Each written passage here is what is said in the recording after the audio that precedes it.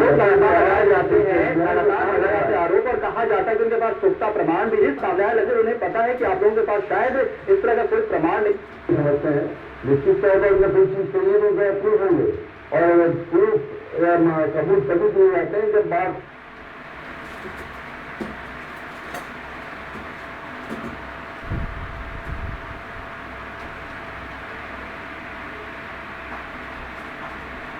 कानूनी तौर पर जब मामला आएगा तो फिर कानूनी जवाब देंगे, उससे प्रूफ देंगे जो उन्होंने कहा है, चाहे नोट गिनने की मशीन का मामला हो चाहे डंपर का मामला हो।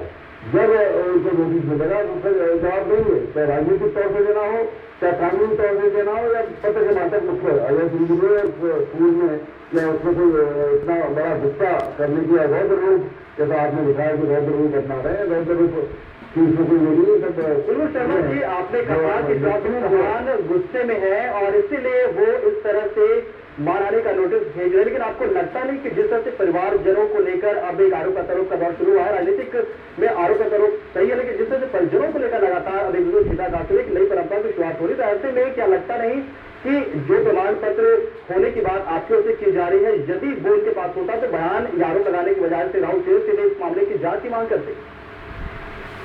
अजय सिंह की जो बात हुई है वो सिंपल ये कहा है कि एक किसान के बेटे हैं मुख्यमंत्री जी शिवराज सिंह चौहान जी और पिछले 7-8 साल से मुख्यमंत्री हैं, तो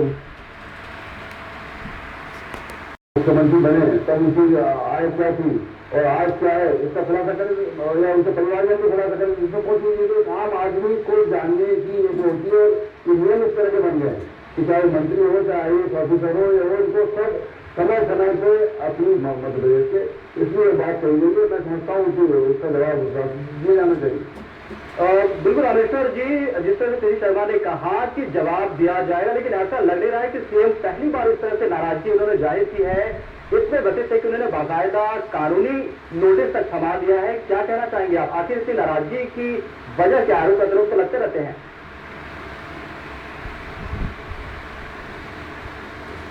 नहीं, इसका एक सीधा सा मतलब ये है कि राजनीति करने वाले लोग अगर राजनीति की मर्यादाओं को तोड़ेंगे और राजनीति की मर्यादाओं को तार करेंगे और व्यक्तिगत एक दूसरे पर सीटाकसी करने के आरोप लगाएंगे, निराधार आरोप लगाएंगे, तो नैसर्गिक रूप से इसका जवाब दिया जाएगा।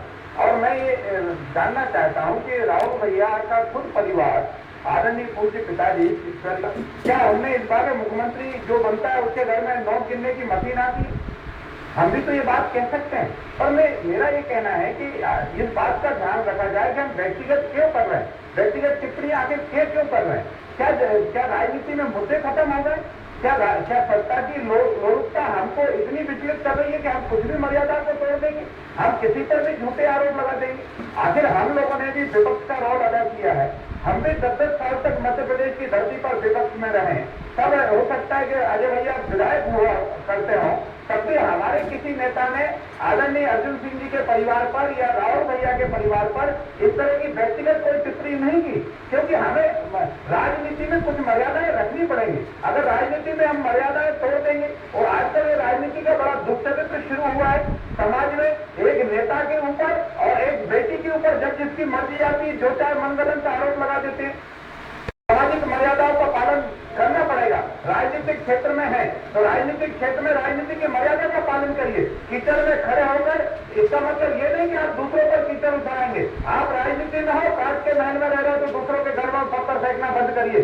और हम ये फिर से कहना चाहते हैं कि न्यायालय की भी एक अपनी सीमा है। हमने न्यायालय के माध्यम से नोटिस भी भेजेंगे, हम न्यायालय में भी जाएंगे, लेकिन मैं फिर कहना चाहता हूँ कि मध्य प्रदेश की राजनीति इतनी कटुता भरी नहीं है। मध्य प्रदेश में पक्ष विपक्ष के रोल होते रहे, लेकिन कभी व्यक्तिगत टीका टिप्पणी नहीं हुई, व्यक्तिगत कोई किसी पर इस तरह के घटिया आरोप कभी नहीं लगे। तो क्या लगता है अब विपक्ष के पास या कहीं कांग्रेस के पास कोई मुद्दा नहीं है, मुद्दा भी होती कांग्रेस इस तरह के आरोप लगाए जा रहे हैं? क्या लग रहा है आपको? इसका मतलब यही है ना कि सत्ता के कारण कांग्रेस भड़क चुकी है और उसको कहीं दूर दराज तक सत्ता नजर नहीं आ रही। उसको लग रहा है कि सत्ता हमारे हाथ से छिटक रही है और इसलिए जो क्रिश्चियानी बिल्ली जो है ठीके को लौटने वाली कहावत हो रही है, मंदिर की तरफ अपने जो है दांत मुंह दिखाने की कोशिश कर रही है। हमारा फिर आग्रह है कि राजनीति में मर्यादा का पालन करो। हमने 10 साल तक दिग्विजय सिंह जी को भी मध्य प्रदेश के मुख्यमंत्री के रूप में देखा है।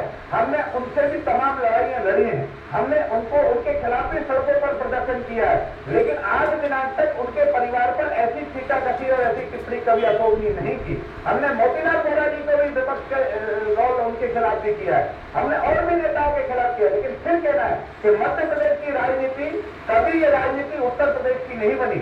आप आज चर्चा को हम बनाए रखेंगे, आप दोनों हमारे साथ जुड़े रहिए। फिलहाल जब तक छोटे से ब्रेक के लिए आगे आएंगे तो फिर बात करेंगे तमाम मुद्दों पर, इन तमाम मुद्दों के पहलुओं पर।